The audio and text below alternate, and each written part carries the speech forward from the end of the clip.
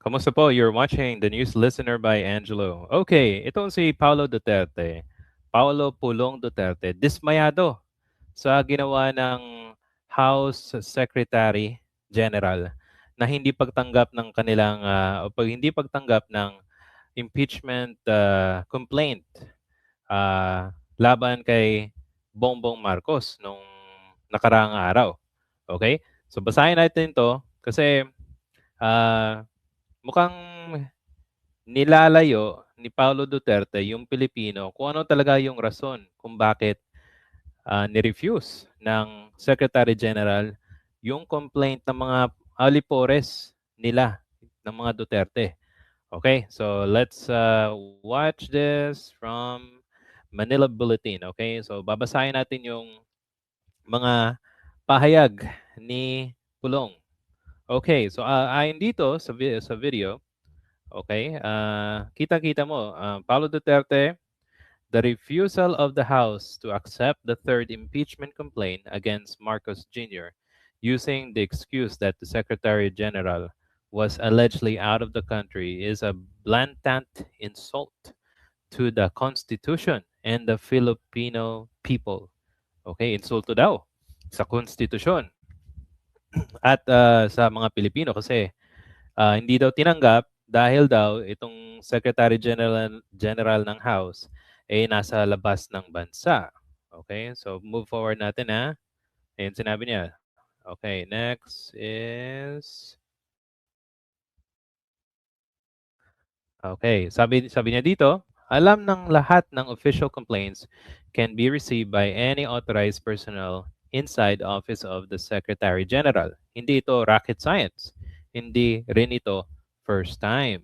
Oh, tama naman siya. Kung sino yung authorized, kung sino may nasunod doon sa Secretary General, eh dapat talagang tumanggap siya, okay, ng impeachment complaint. Okay, yun ang nangyari sa Makabayan Block, tinanggap sila. Okay? Now, ito, sunod natin para kompleto yung message niya. This is no longer a procedure. This is about cowardice and political protection. The House leadership is choosing to act as the president's shield instead of performing its constitutional duty. Okay, may sinabi siya ditong cowardice. Guys, nasan ba si Pulong? Nasa ibang bansa, di ba? O, yun. Nasa Netherlands, nagpapasarap sa malamig na simoy ng hangin. Okay. At bakit? Bakit nandun ka? Kaysa sa kasama mo, yung mga alipores mo na si Mike Defensor tsaka si Chavit, yung mga alipores ng tatay mo noong panahon nila. Ba't ka nandyan? Oh, bakit puro salita ka lang, puro statement ka lang? Hindi natin actually guys nakita o napakinggan man makipag-usap tong si Pulong Duterte. Siguro sa mga rally. Okay? Oh, yan. So, bakit mo sasabing cowardice? Meron tayong sagot dyan mamaya. So, iko-kompleto natin yung kanyang sinabi. Impeachment is not a privilege granted by the House. It is constitutional obligation. Hindi pwedeng piliin yung kung kailan susundin ang sandigang batas. Actually, obligasyon naman talaga. Okay? Pero kung sasabihin niyang hindi pwedeng piliin, hindi naman pinipili. Meron lang talagang kulang sa ginawa ng mga alipores mo o nyo as a family. This has not happened before. Just like any member of Congress, any citizen may also file the same as the right guaranteed by Constitution to reject outright a complaint simply because the House Secretary is not presented. It's absolutely unacceptable. Meron pa ba? So, forward natin sige. Kumbaga, ang sabi niya dito, any citizen. Actually, yes, any citizen may also file the same complaint. Okay? Private citizen. Actually, pwede mag-file yung any member of the house. Okay? So mamaya papakita ko sa inyo guys. Next. The House should, bago na to. So the House should stop insulting the intelligence of the people. Ito na naman tayo, ginagamit nila yung Pilipino. O, sana nilagay na lang dito, intelligence of the DDS. Tumindi kayo, gawin nyo ang trabaho nyo at igalang ang konstitusyon. Okay. Sana hindi yung people, DDS na lang, para kayo na lang. So yan na lang yung last, guys, sa kanyang statement. Actually, may kita nyo yun sa Facebook account niya. Now, bakit hindi tinanggap yung, yung complaint ng third impeachment complaint galing kay Mike Defensor, Chavit Singson, tapos si former Paras, congressman, nandun yung mga lipores ng mga Duterte. So ipapakita ko sa inyo guys another video. Ito, in-interview ang isang constitutionalist.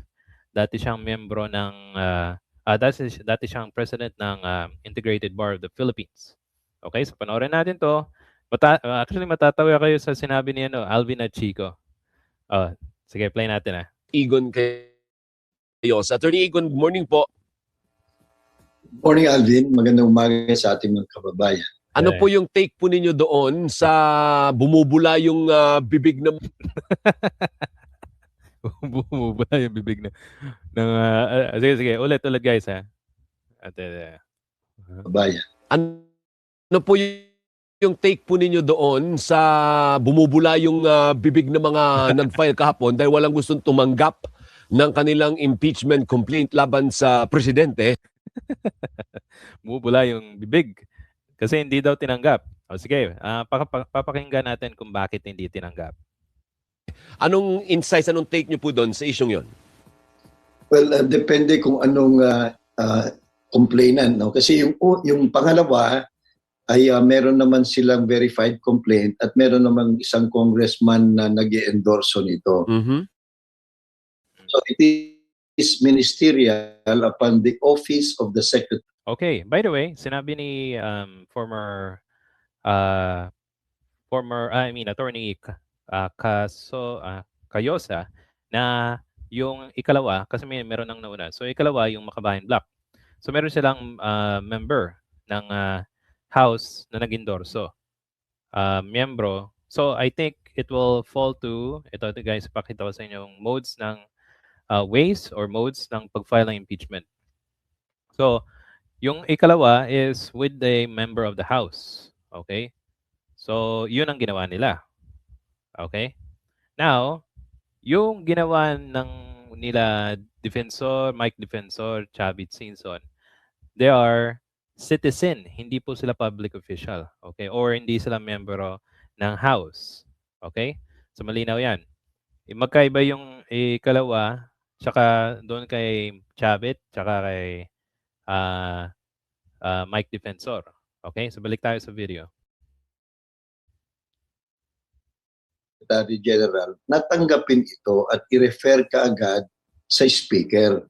Opo. So yung rason na hindi nila pwedeng tanggapin kasi wala yung kanilang Secretary General na sa Taiwan. Ito, may kita nyo guys, ito yung mga current Makabayan Block. So sila yung nag-file ng ikalawa. So ito, mga House Representative to. Kasama yung mga, let's just say, mga former Gabriela ata to, former congressman. So private citizen tong dalawa.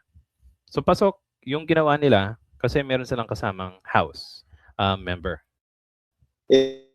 Hindi ho yun sapat na rason. It is actually a violation of civil service rules. Okay. So, yung pangalawa naman, based on what we've seen in media, ay mukhang yung mga complainants lang ang nandun. Wala naman. By the way, yung sinabi ni Sir Cayosa na hindi pagtanggap, yes, that's a violation. Pero ang nangyari, wala silang kasamang House member. Wala nag-endorse. Okay? Sige, continue natin. Man tayong nakitang congressman na na mag-endorso. So there's nothing to receive kung wala namang endorsement ng at least isang congressman.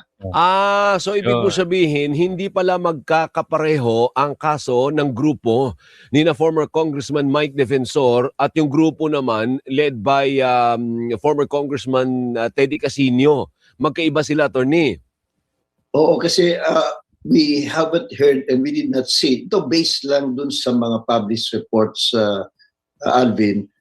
Dun sa Makabayan Black kasi meron silang congressman na nag-endorse. So, a requirement yan sa Constitution. The verified complaint must have a resolution of endorsement from at least one congressman. Doon naman sa complaint ni na Attorney Topacio, hindi wala akong nakita, walang sinasabing nag-endorse yung congressman. So, di ba? So that means walang nag-endorse yung congressman kasi private citizen sila. At remember, meron silang kalyado sa Kongreso.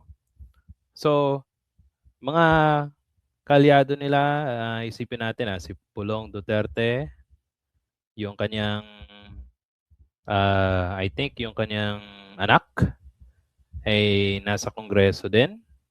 Sino pa? Hindi ko alam kung sino actually. Ito. Siguro kung meron tayong okay, so yan. So Pulong, tapos yung isang anak niya, tapos meron pang I think, tingnan natin kung ilan yung mga Duterte sa House of Representatives.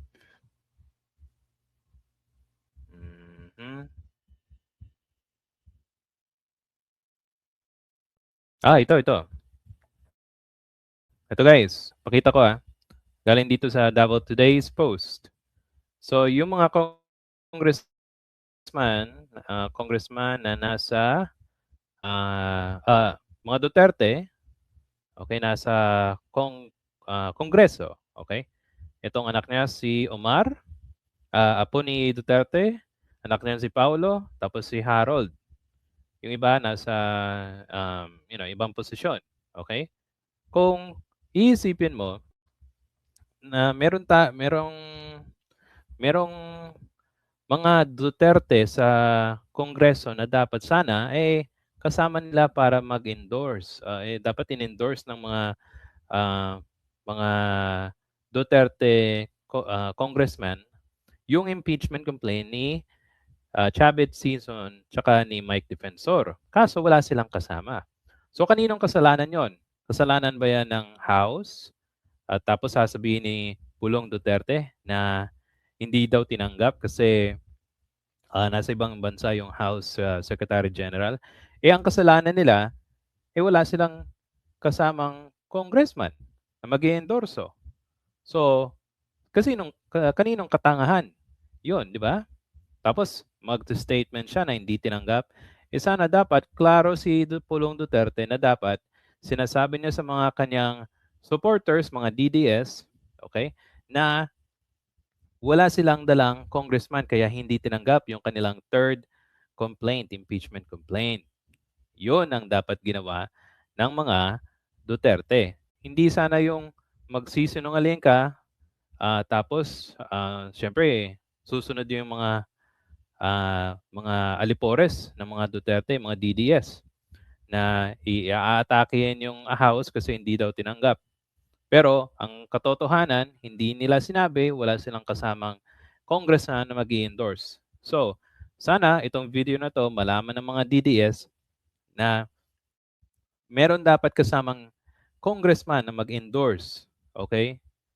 Noong impeachment complaint. Kaso, wala. Yon, ito ipapakita ko na lang sa inyo guys from Gemini. Source natin is the lawphilippines.net. Ito nakalagay dito. Filing by a citizen with a House endorsement. So kung required daw na required na merong sitting congressman para i-endorse yung impeachment complaint. Without endorsement, hindi siya mare-recognize. Yun ang nangyari. By the way, hindi ko napakita ko ba? Yan. So yan ang mangyayari kung wala silang kasamang congressman. Okay? So, wag nilang isisi sa House. Dapat isisi nila sa niya sa kanyang mga alipores. Okay? So guys, ano sa tingin nyo? Kung meron po kayong komento, suggestion, paki-comment po sa ating comment section. If you like this video, please hit the like and subscribe button. Salamat po sa panonood and I'll see you sa susunod na video.